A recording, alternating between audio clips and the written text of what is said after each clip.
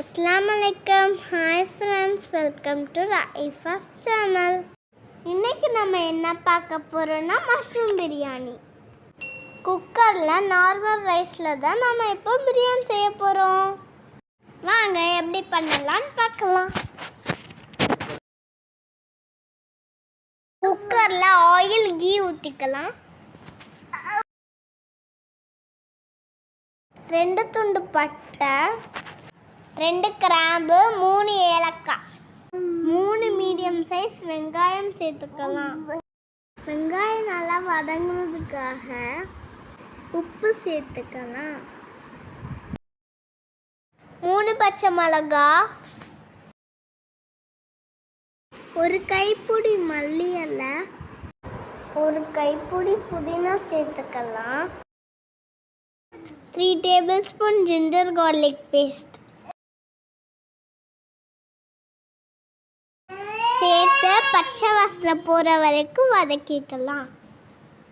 1 tablespoon Kashmir red chilli, 1 teaspoon மஞ்சள் தூள் போட்டு கொஞ்சம் வதக்கிக்கலாம். 2 minutes கழிச்சு 3 மீடியம் சைஸ் தக்காளி சேர்த்துக்கலாம்.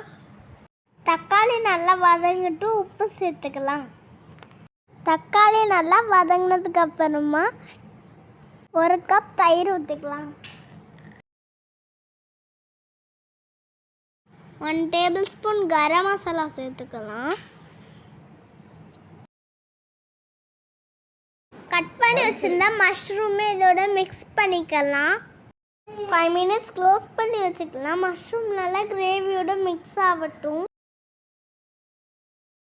இப்போ வாட்டர் ஆட் பண்ணிக்கலாம். 1 கப் ரைஸ்க்கு 2 கப் வாட்டர். தண்ணி கொதிச்சதும் அரிசியை போட்டுக்கலாம்.